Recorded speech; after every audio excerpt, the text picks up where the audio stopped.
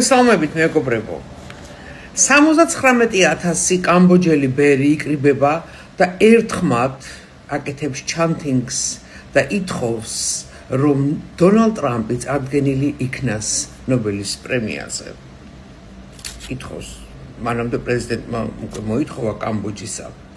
ამ კაცმა 6 თვის განმავლობაში, 7 თვის განმავლობაში, რაც მოვიდა თავის საპრეზიდენტო პოსტზე, 7 კონფლიქტი შეაჩერა. 7 კონფლიქტი შეაჩერა და მიუხედავად იმისა, რომ უკრაინელი ბლოგერები საშინელებებს ამბობენ და წერენ ამ კაცის შესახებ, ის მაინც აგრძელებს დაეხმაროს უკრაინას, იმიტომ რომ მთავრობა და მხედრობა უკრაინისა არ აძაგებს მას, აფასებს მის ღვაწლს და დარწმუნებულია, რომ დაეხმარება. ეხლა რა ხდება საქართველოში? ჩვენი ოპოზიციის ლიდერები, საყვარლები, თურმე ევროპამ გამოაცოცხლა ტრამპი, თურმე რომ არა ევროპა, ტრამპი არ იქნებოდა იძულებული, რომ დახმარებოდა, სისულელებს ლაპარაკობენ, სისულელებს წერენ და მიუხედავად იმისა, რომ მე პირადად თქვენ ხომ ხვდებით ახლა, რომ მე მარტო ჩემი ინიციატივით არ მუშაობ და მოქმედებ და მე ესე ვთქვათ დავალება არა, მაგრამ კეთილი ნება, რა თქმა უნდა, მე ვერავინ ვერაფერს ვერ დამავალებს. მიუხედავად იმისა, რომ ჩემი კეთილი ნები ჩავები ამ ამბებში, მიუხედავად იმისა, რომ მივიქცი ამერიკის მთავრობის ყურადღება და მიუხედავად იმისა, რომ ვიცი რაც ხდება ამერიკის მთავრობაში, საქართველოსთან მიმართებაში, მე არავინ არ მიჯერებს, ტყილად ხავი ვარ ამ ჩემ აბონებში და ტყილად იყო დავალება, არ დავმალა, რომ თუნდაც მეგობარი აქტის გარშემო გაერთიანებული იყვნენ ჩვენი ოპოზიციონერები. მქონდა 1-2 შეხვედრა და აი ზუსტად ალიასკის შეხვედრის მერე რამოდენიმე მათ თქმა დადო სტატუსი რაღაცა ტრამპს აკრიტიკებს, იმაშობა და ვერ გაიგეთ ხალხო თქვენ რომ ძალით აქ ამერიკა არ შემოიჭრება. ძალით აქ ამერიკა ვერ გაგანთავისუფლებთ ამ რეჟიმისგან, რომელშიც იმყოფებით, იმიტომ რომ ამერიკამ ნახა, რომ ძალადობრივი მეთოდებით რეჟიმის შეცვლა არის არასწორი. ხალხს უნდა უნდოდეს, საზოგადოებას უნდა უნდოდეს, ოპოზიციას უნდა უნდოდეს და არ უნდა ლანძღავდეს იმ ძალას, რომელმაც უნდა დაგეხმაროთ.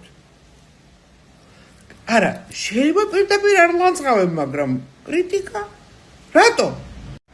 და ეხლა როდესაც ზანგეზურის კორიდორი ამოქმედდება, ეხლა როდესაც ამერიკას ძალიანაც სჭირდება საქართველო, ეხლა როდესაც გვერდზე უნდა დაუდგეთ ამერიკას, რომ დაგვეხმაროს, ვიღაცებით გეხართ და კრიტიკით ხართ დაკავებული, აი ვიღაცა რუს ბლოგერებს უსმეთ, მე მგონი და უკრაინელ ნაბოზარ ბლოგერებს უსმეთ, ერთ-ერთმა მათგანმა ჩემი ყურით მოვისმინე, ტრაპარო ჩასვაო პუტინიო ლიმუზინშიო ტელეფონი ამოუყო პუტინმა და ანახაო, აი კრასნოვი როცა იყავიო, შენო 10 წლის ბავშვსო, არ ვიცი გოგო თუ ვიცრასო და როგორ აუპატიურებდი, ეს ფაქტები მაქვს და ეხლა ტრაკი დააყენო.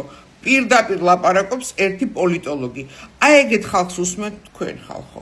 ძალიან დიდი ბოდიში, მაგრამ მე იმედებს ვკარგავ. იმიტომ რომ ოპოზიცია მართლა deep state-ის მონობაში. ბიძინა ივანიშვილის ლობისტები ძალიან მაგრამ მუშაობენ ამერიკაში და არ დავმალავ. რა თქმა უნდა, ამერიკა მიცის, რომ ლობისტების მუშაობა ეს არ არის ურთანამუშევარი, მაგრამ ხალხის დამოკიდებულება, ხალხის ნება, ხალხის მიმართვა, დაგვეხმარეთ, ხელი გამოგვიწოდეთ და არა ისე, როდის მიიღებენ მეგობარ აქტს? მეგობარი აქტის მიღება ნიშნავს რევოლუციას და ის არ ჩაატარებს ამ რევოლუციას საქართველოში თუ შენ არ შთხოვე დახმარება, შენ ოპოზიციონერო, შენ რომელიც მოსყიდული ხარ, შენ რომელიც გავლენის ქვეშ ხარ, შენ რომელიც ჩაჯმული ხარ. არ ვიცი. ძალიან გაბრაზებული ვარ. ამერიკამ ხელიდან გამოგვლიჯა რუსეთს, სასუნხეთი და აზერბაიჯანი. იფიქრეთ ამაზე.